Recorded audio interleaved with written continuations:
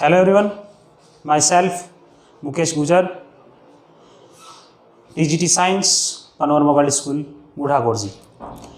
Corona जैसी वैश्विक महामारी के चलते मैं आप और आपके परिवार के उत्तम स्वास्थ्य की मंगल कामना करता हूं। आज हम कक्षा 10 के साइंस विषय के बारे में पढ़ेंगे, जिसमें एक अपना चैप्टर आता है, सेकंड चैप्टर है मानव तंत्र, ह्यूमन सिस्टम। इस चैप्टर के बारे में पढ़ेंगे। इस चैप्टर से बोर्ड के एग्जाम में 6 अंक के क्वेश्चन पूछे जाते हैं। जो आपकी एनुअल एग्जाम वार्षिक परीक्षा लगती है उसमें 6 अंक के क्वेश्चन पूछे जाते हैं। अंक भार 06।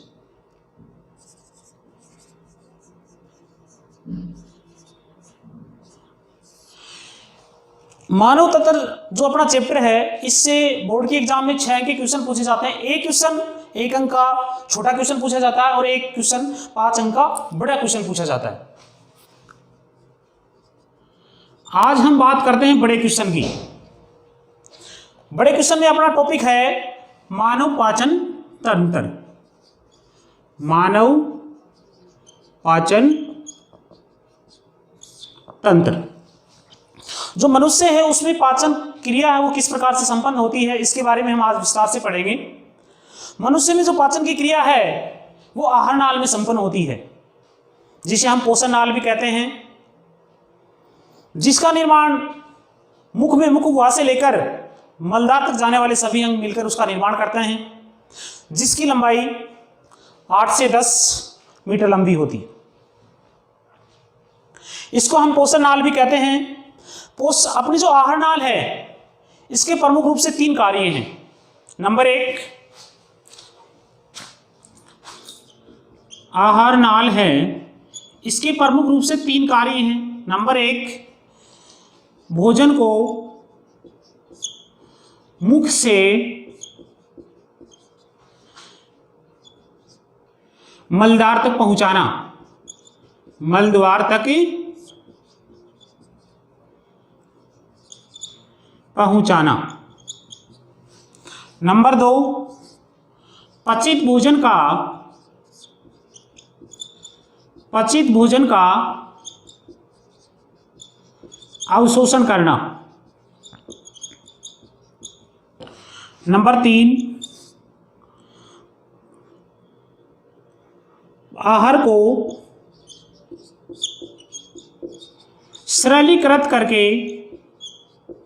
सरलीकृत करके पचाना।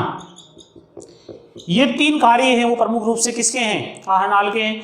भोजन को मुख से मलद्वार तक पहुंचाना, यानी ये आहार नाल अपनी मुख गुहा से लेकर जो अंत में गुदा अपना मलद्वार है वहां तक पाई जाती है, जिसकी लंबाई 8 से 10 मीटर होती है। मुख से मलद्वार तक पहुंचाना, पचित भोजन का अवशोषण करना और आहार को सरलीकृत करके उसको पचाना, ये प्रमुख रूप से अपनी आहार नाल के कार्य हैं। अब अपने जो पाचन है उसमें जो प्रमुख अंग कार्य करने वाले हैं, इसको कई भागों में बांटा गया अपने पाचन तंत्र को। नंबर 1 मुख गुहा। नंबर 2 ग्रसनी। नंबर 3 ग्रसिका या ग्रासनली। नंबर 4 आमाशय। नंबर 5 छोटी आंत। 6 बड़ी आंत। मलाशय। और नंबर 8 गुदा या मलद्वार। जो अपने पाचन क्रिया में प्रमुख रूप से अंग पाए जाते हैं, इनको 8 भागों में बांटा गया मुख्य तौर से। सबसे पहला आता है अपना मुख गुहा। मुख गुहा, सबसे पहले हम भोजन को मुख में ग्रहण करते हैं, यानी जो अपना मुख गुहा है वो मुख के अंदर मुख गुहा से प्रारंभ होता है और सबसे पहले हम भोजन को मुख गुहा में ग्रहण करते हैं। मुख गुहा में ग्रहण करने के बाद हमारे मुख में उपस्थित दांतों के द्वारा भोजन को चबाया जाता है। हमारे मुख में उपस्थित दांतों द्वारा भोजन को चबाया जाता है और भोजन को चबाकर चिकना व लस लसीला बना दिया जाता है। अपने मुख के अंदर कुछ लार ग्रंथियां पाई जाती हैं जो एक एंजाइम स्रावित करती है, एंजाइम स्रावित करती है जिसका नाम है टालुइन एंजाइम, जो भोजन को चिकना व लस लसीला बना देती है। अपने मुख के अंदर अपना मुख है वो दो मांसल होठों से घिरा हुआ होता है। ये दो होठ अपने मुख को बंद करने व खोलने तथा भोजन को पकड़ने का कार्य करते हैं। हमारे मुख में कुल 32 दांतों की संख्या पाई जाती है, यानी 2 जबड़े होते हैं ऊपर और नीचे के भाग में कुल 16 यानी 32 दांत पाए जाते हैं, जिसको प्रमुख रूप से 4 भागों में बांटा जाता है जो भोजन को कुतरने, काटने, चबाने व सहायक होते हैं। तो इन दांतों को मुख्य रूप से 4 भागों में बांटा गया है। नंबर 1 कर्तनक, नंबर 2 रदनक, नंबर 3 अग्रचूर्णक और नंबर 4 च्वरणक, जिनकी संख्या 2, 4, 4, 6 यानी इस प्रकार से पाई जाती है अपनी 2, 2 प्लस 4, 4, 4 प्लस 8, 8, 8 और ये 16। टोटल अपने मुख में कितने दांतों की संख्या पाई जाती है? 32 पाई जाती है। सबसे पहले आते हैं अपने जो कर्तंक। ये कर्तंक दांत होते हैं, ये अपने मुख में छेनी के समान लंबे आकार के पाए जाते हैं, जो भोजन को कुतरने व काटने का कार्य करते हैं और जो 6 माह की उम्र में निकलते हैं। 6 माह की उम्र में निकलते हैं अपने कर्तंक दांत। इसके बाद जो रदनक दांत आते हैं वो भोजन को चीरने फाड़ने का कार्य करते हैं, जो अधिकतर मांसाहारी जंतुओं में अधिक विकसित होते हैं। इसके बाद अपने जो अग्रचूर्णक आते हैं ये भोजन को चबाने में सहायक होते हैं और 10 से 11 वर्ष की उम्र में पूर्ण रूप से क्या होते हैं? विकसित होते हैं।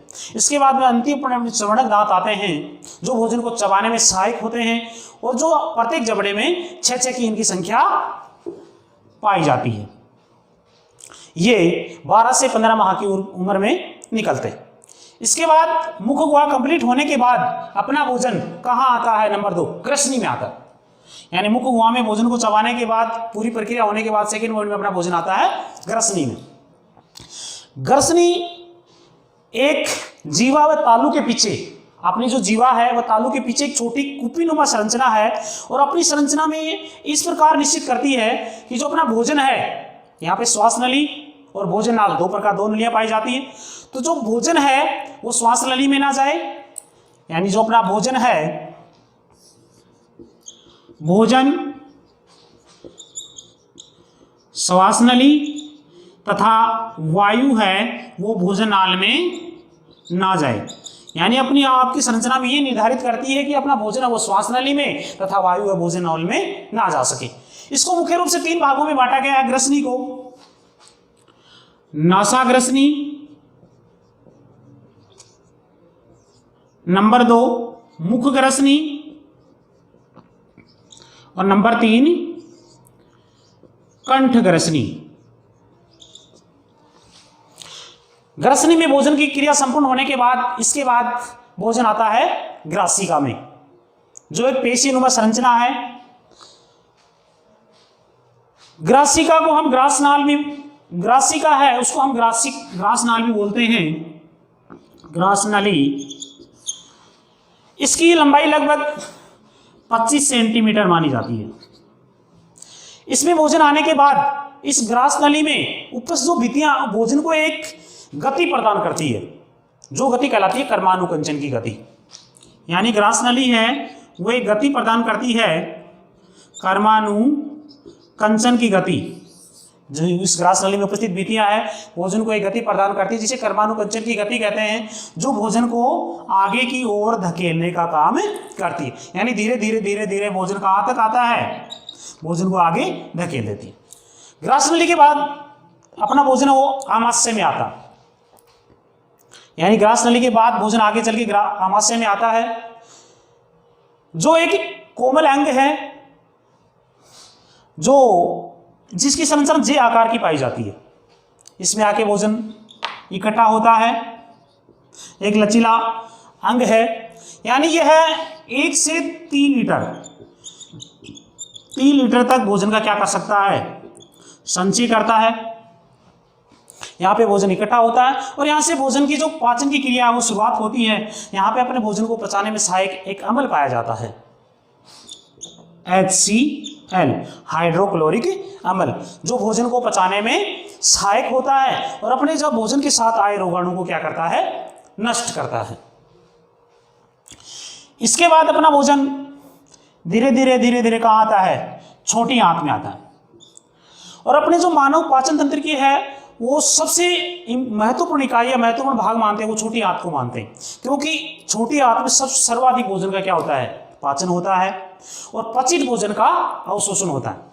यानी ये कुंडलित होने के कारण कम स्थान घेरती है, इसलिए हम इसको छोटी आंत कहते हैं। यानी कम स्थान घेरने के कारण इसको छोटी आंत कहते हैं। यहाँ पे सर्वाधिक भोजन का पाचन और पचित भोजन का अवशोषण होता है। इसके बाद अपना जो भोजन है छोटी आंत से चलकर आगे कहाँ जाता है, बड़ी आंत में जाता है। बड़ी आंत, ये छोटी आंत चलने के बाद अपना भोजन कहाँ जाता है, बड़ी आंत में जाता है, जहाँ पे खनिज, लवण व जल का अवशोषण होता है। इसका अधिक व्यास होने के कारण इसको बड़ी आंत के नाम से जाना जाता है। इसके बाद अगले चरण में अपना भोजन है वो मलाशय में जाता है।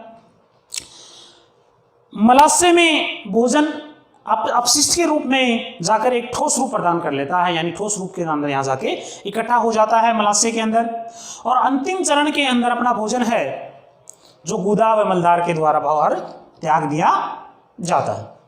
Thank you, have a nice day.